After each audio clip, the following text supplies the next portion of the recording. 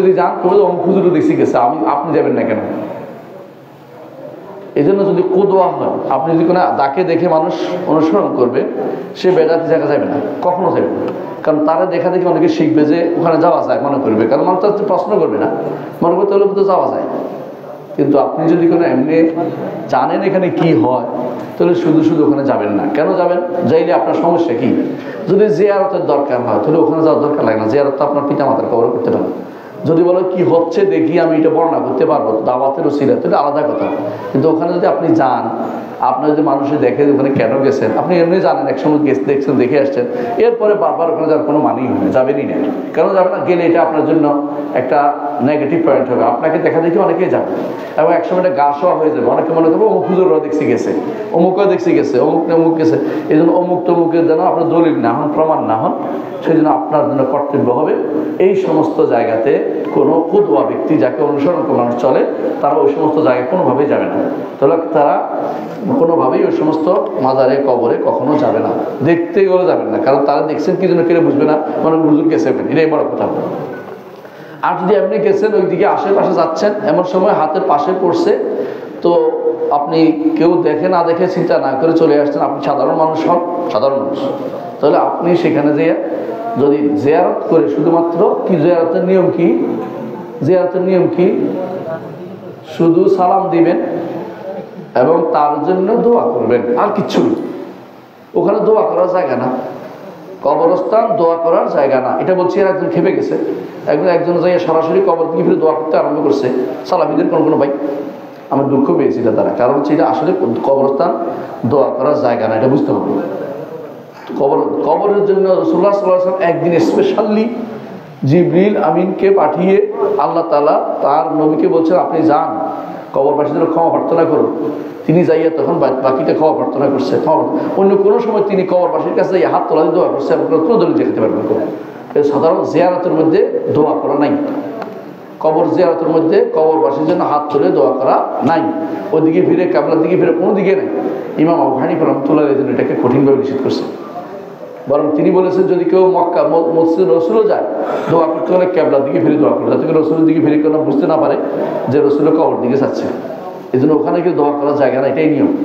আর আমাদের দেশে কেউ কেউ তথাকথিত বক্তা, হ্যাঁ, এমনকি ভালো ডাক্তার শুনছি, ডাক্তার সাহেব লিখছে তার একটা বইতে, খুবই দেখলাম যে হ্যাঁ ফেমাস ডাক্তার আপনাদের ইয়ানদের মাঝে, উনি লিখছে যে মদিনায় গেছি, মদিনায় কথা বলতে দেয় নাই, আবেগের রসুলের কাছে আবেগ তুলে ধরতে দেয় নাই। রসুলের আগে আবেগ তুলে ধরা জায়েজ আছে? হ্যাঁ, আউযুবিল্লাহ।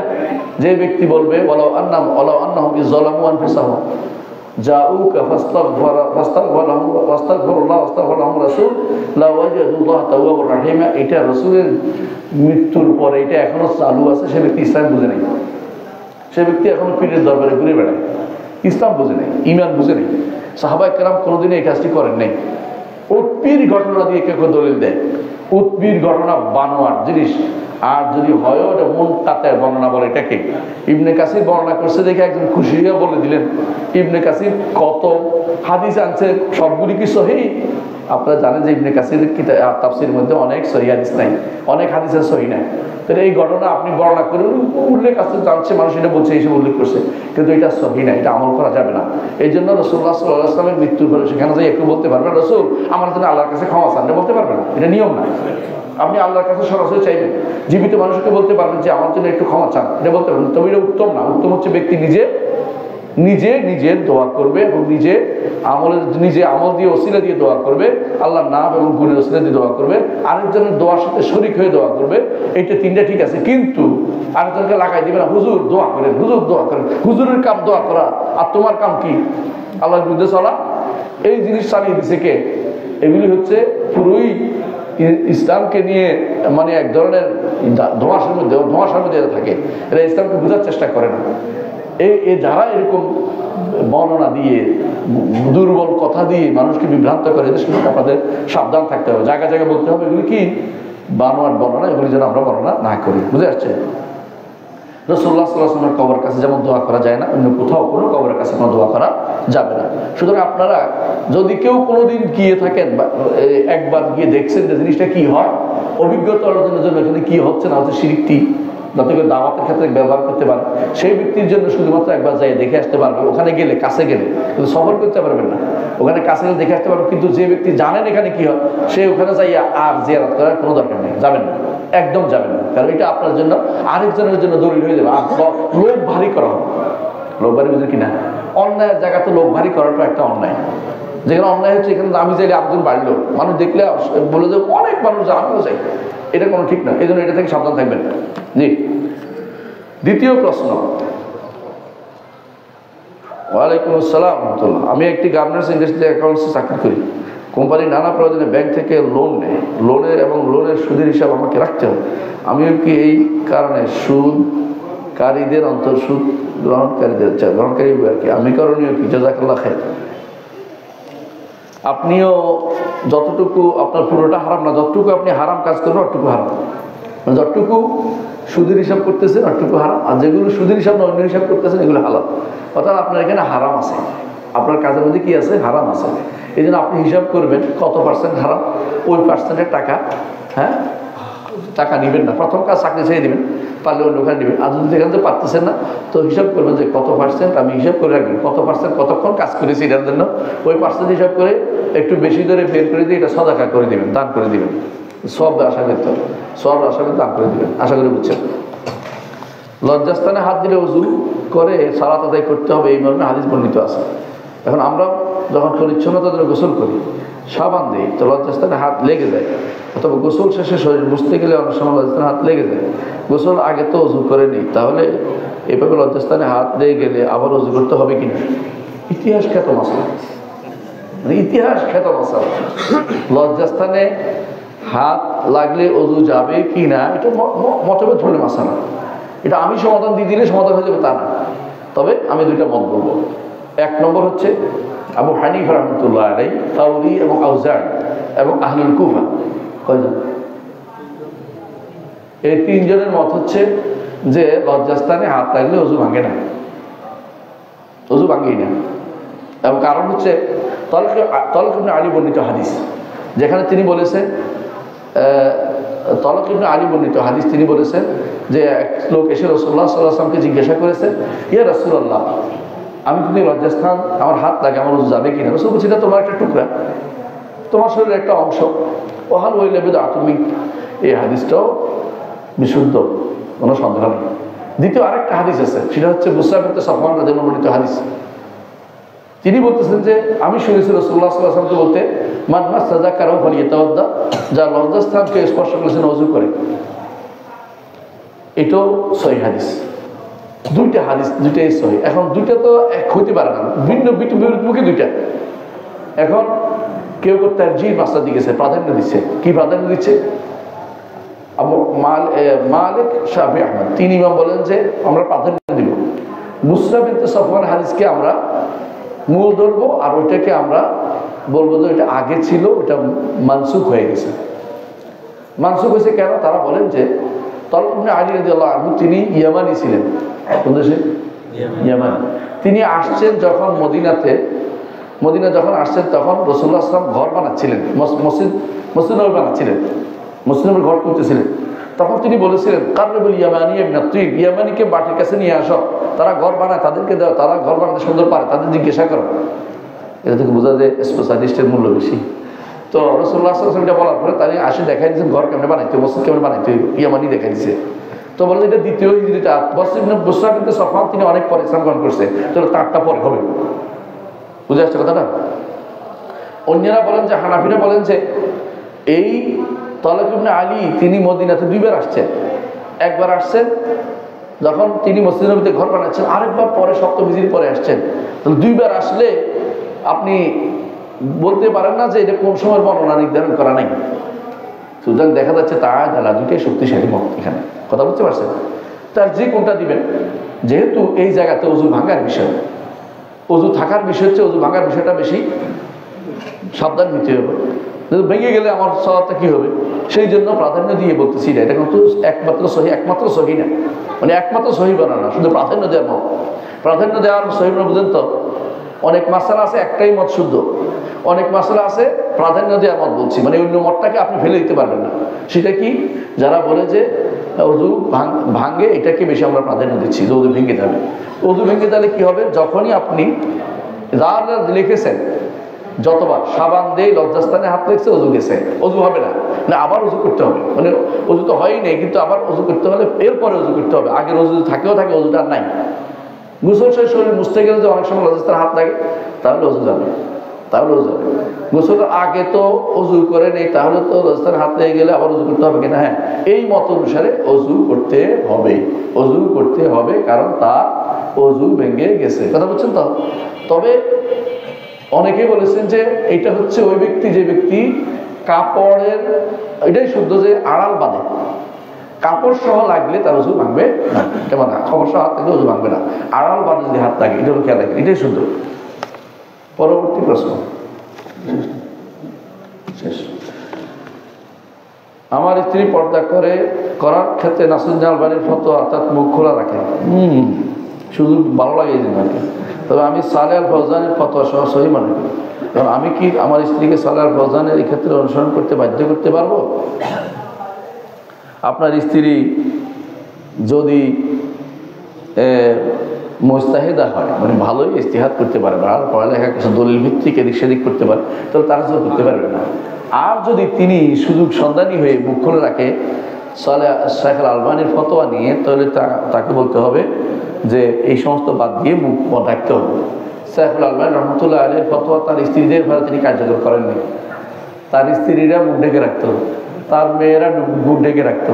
তাহলে আপনি আপনার স্ত্রী কার অনুসরণ করছে? এর অর্থ হচ্ছে প্রবৃত্তির অনুসরণ করতেছে। হ্যাঁ, ফতোয়া এক জিনিস হতেই পারে, অনেকে ফতোয়া দিচ্ছে যে আমি শক্তিশালী দলিল পাইনি, কিন্তু সবাই এবারে একমত, সবাই এবারে একমত যে ফিতনার যুগে ফিতনা যখন কেউ আশঙ্কা করবে তখন তাকে মুখ ঢেকে রাখতেই হবে। কারণ আপনার স্ত্রী যে এত কুৎসিত হয়, কেউ তাকাবে না, দেখলেই থুতু করবে, তাহলে আমাদের কোনো আপত্তি নেই, তিনি এরকম মুখ খুলে হাঁটেন। মানে এরকম যদি কোনো হয় আপনার স্ত্রী, আর যদি এমন হয় যে তাকে দেখলে কেউ তাকাবে, হ্যাঁ, দ্বিতীয়বার তাকাতে ইচ্ছা করবে, এরকম হয়, তাহলে ওনাকে যেন মুখটা ঢাকতে হবে। মুখটা হচ্ছে পর্দার মূল জিনিস, মুখটা হচ্ছে পর্দার মূল জিনিস।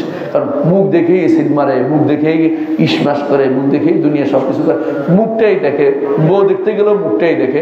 সুতরাং এই অবশ্যই যেন মুখটা ঢেকে বের হয়, ওনাকে বুঝিয়ে বলবেন দয়া করে।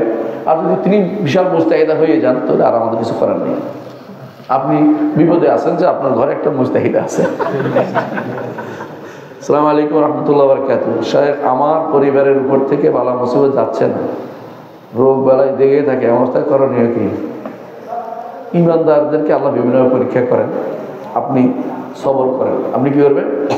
সবর করেন, আল্লাহর কাছে দোয়া করেন, আল্লাহ যেন আপনাদের বিদ্যুৎ উদ্ধার করেন।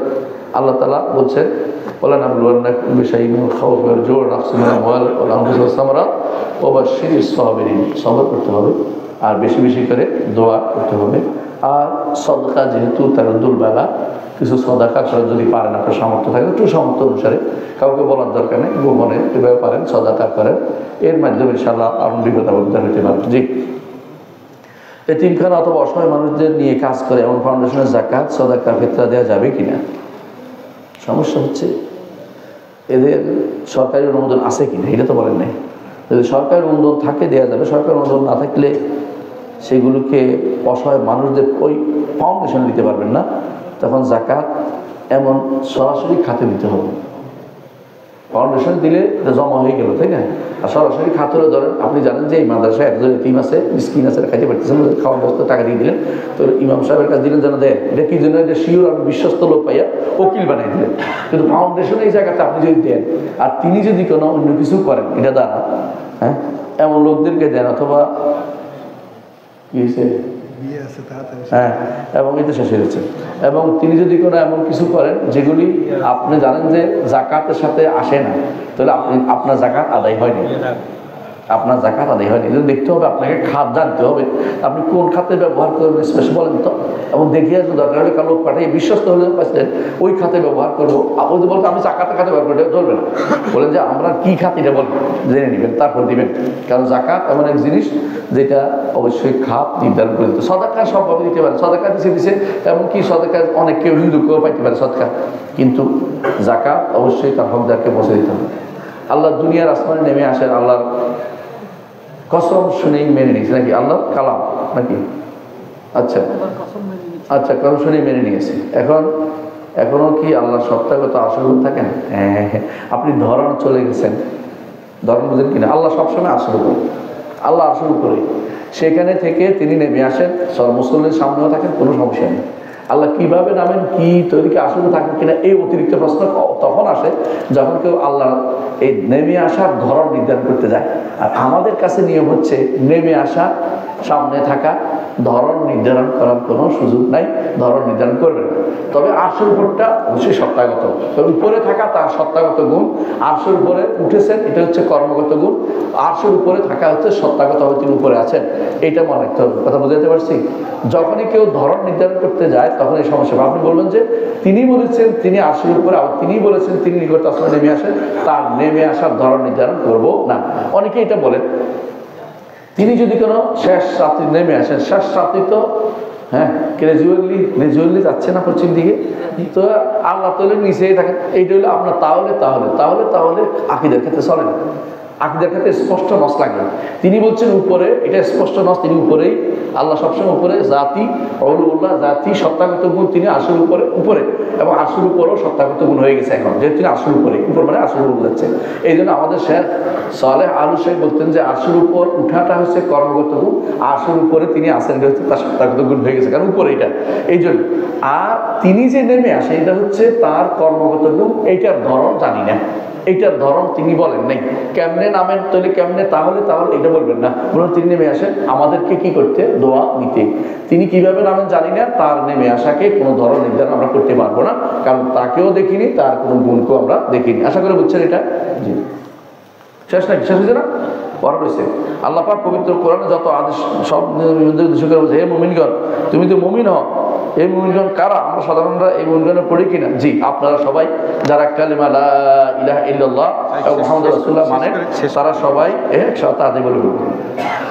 একটা জেনারেল লাইন থেকে ঈমান ধরে রাখা খুবই কষ্ট হচ্ছে, কোনো সমস্যা নেই, ঈমান ধরে রাখতে পারবেন। এই ধরে রাখা হচ্ছে ঈমান, ধরে রাখতে পারাটাই হচ্ছে, কষ্ট করাটাই হচ্ছে সবর, ধরে রাখতে পারাটাই হচ্ছে ইস্তেকামা। দিনের উপর দৃঢ় পথ থাকতে পারলে মরলেই জান্নাত ইনশাআল্লাহ। আর একটা প্রশ্ন, আমার পড়াশোনার ব্যাকগ্রাউন্ড জেনারেল, আমি দিনের দাঁড়ি হতে চাই। দিনের দাঁড়ি হলে আরবি শিখতে হবে, আরবি শিখে কোরআন হাদিস বুঝতে হবে। আপনি দাওয়াত দিতে পারেন সাধারণভাবে, কিন্তু আলেম হতে পারেন নাই। যেটা জানে এটা বলবো, অতিরিক্ত দাওয়াত দিবেন না। আজ রাতে আমার একটা দাওয়াত করেছে খাজার সিন্নি বলতে, ওখানে যাবেন কি করে? কখনো যাবেন না, আউযুবিল্লাহ। ওখানে যাওয়া মানে আপনি গুনার কাজ করা। হ্যাঁ, ওখানে যেতেই পারবেন না কোনোভাবে, আর পড়া লাগবে না, শেষ। সেখানে গিয়ে কি কথা সাথে না, ওই সমস্ত সেখানে যেতে পারবে না। জামাতে ইমামের সাথে ফাতিহা শেষ করতে না পারলে কি কারণে করবো? ইমামের সাথে ফাতিহা শেষ করতে না পারলে ইমাম জামাতে তা কিছু করার দরকার নেই। যারা রুকু, এই জন্য যারা রুকু হয় তাদের কেমন নাই, কেরাত নেই, শেষ। ইমামের সাথে অনুসরণ করার কারণে দুইটা আদায় হয়ে গেছে, এগুলি বাড়াবাড়ি করবে না কেউ। দেরিতে জামাতে শরীক হলে ইমামকে যদি রুকুতে পাই, তাহলে ন্যূনতম কি করলে রুকু হবো? সুবহানা রাব্বিয়াল আযীম বললে আপনি পাবেন। সরকারে যখন জামাতে শরীক হলে জামাতের ফজিলত পাওয়া যাবে কি? যদি একটা সিজদা না পান, জামাতের সওয়াব পাবেন না। একটা সিজদা না পারেন, সিজদা না পারেন, শেষ টাকাতে সিজদা পাইলেও পাবেন, কিন্তু এরপরে শুধু বসার মধ্যে আপনি জামাতে সওয়াব পাবেন না বলে আমাদের শেখ মোহাম্মদ সাল্লাল্লাহু আলাইহি ওয়াসাল্লাম বলেছেন। রুকুতে ভুলবশত সিজদা জিকির করলে বা প্রথম বৈঠকে ভুলে দুরূদ পড়ে ফেললে করণীয় কি? যদি ইমামের পিছনে থাকেন তাহলে মাপ পেয়ে গেলেন, কিছু কাজ লাগবে না। ইমামের পিছনে না হলে সহজতা দিতে হবে, তাহাজ্জুদের সালাতে রাতে কিভাবে হিসাব করতে হবে? ওরে বাবারে, এই হিসাবে যদি এই মাসলা অন্যদিন উত্তর দেবো, অনেক লম্বা কাহিনী, হিসাব করতেছে বসে বসে। সুবহানাল্লাহি ওয়া বিহামদিহি আশহাদু আল্লা ইলাহা ইল্লা আনতা আস্তাগফিরুকা ওয়া আতুবু ইলাইক। আসসালামু আলাইকুম ওয়া রাহমাতুল্লাহি ওয়া বারাকাতুহু। এখানে যেহেতু বসছি আর নিচে না বসে কি বলবেন? ঠিক আছে। হ্যাঁ, বিয়ে শাদীর লোক কই আছে? হারিয়ে গেছেন? চলে যাই তাহলে আমরা, খেজুর খাওয়ার জন্য বসে আছি না?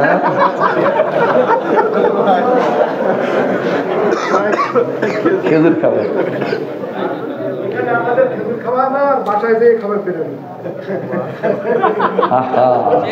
আলহামদুলিল্লাহ, কিন্তু বিয়ের লোক তো আসেনি।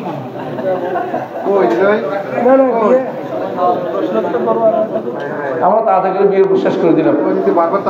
আজকে কিন্তু একটা সুযোগ আছে। না না বুঝছি, আমরা চলে যাই। সুযোগ থাকলে তারা তাদের জন্য